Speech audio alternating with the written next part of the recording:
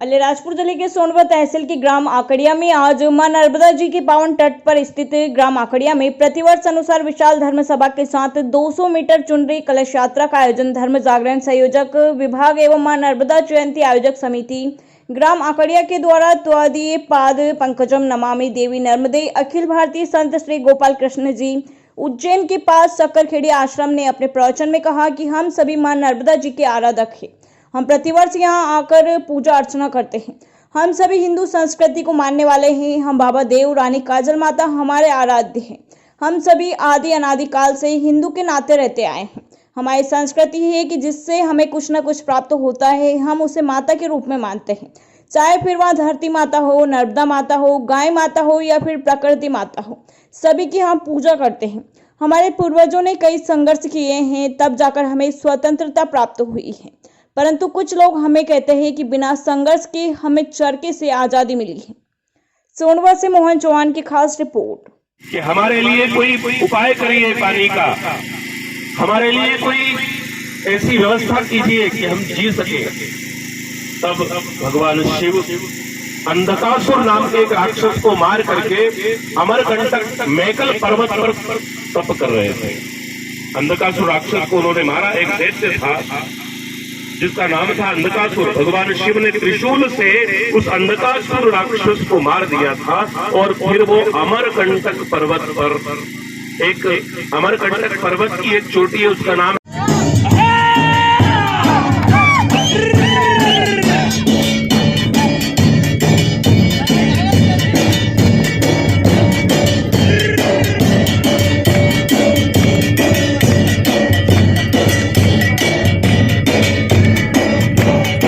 बांधा और दोनों हाथों में तलवार लेकर के अंग्रेजों को जब गाजर मूली की तरह काटने लगी तो जनरल ह्यूरोज बोला, लक्ष्मीबाई तुम तुम्हारी झांसी ले लो और चुपचाप बैठो। उसने कहा नहीं है ह्यूरोज, मैं झांसी के लिए नहीं लड़ रही, मैं तो पूरे भारत देश के लिए लड़ रही हूँ।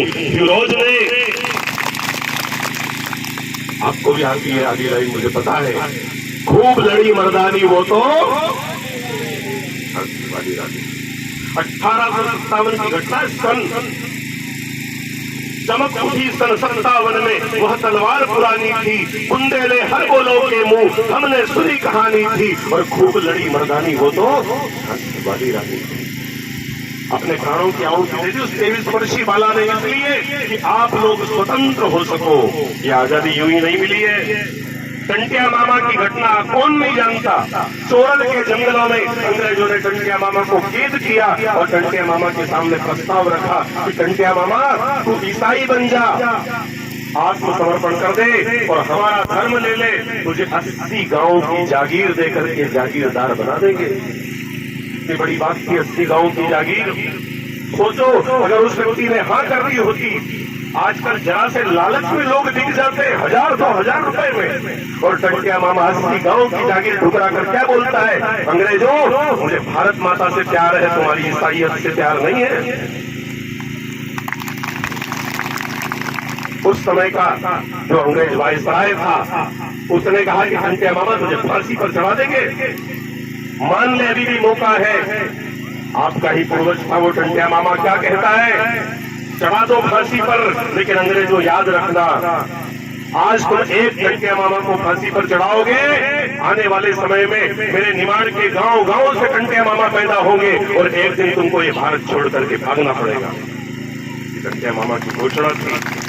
चंद्रशेखर आजाद बोलना है, बोले कि हम सब मां नर्मदा के ऊपर तट पर बैठ करके संकल्प लेते हैं आजीवन हिंदू धर्म का पालन करेंगे, कभी भी किसी लोभ लालच में आकर हिंदू धर्म नहीं छोड़ेंगे, हमारे बाबा देव, हमारी मां नर्मदा, हमारी रानी काजल माता और हमारे देवी देवता इनको कभी नहीं छोड़ेंगे। और हमारे जो भाई बहन धर्म छोड़कर चले गए हैं उनको फिर से अपने धर्म में लाएंगे। भारत माता की। Subscribe now and press the bell icon. Never miss an update.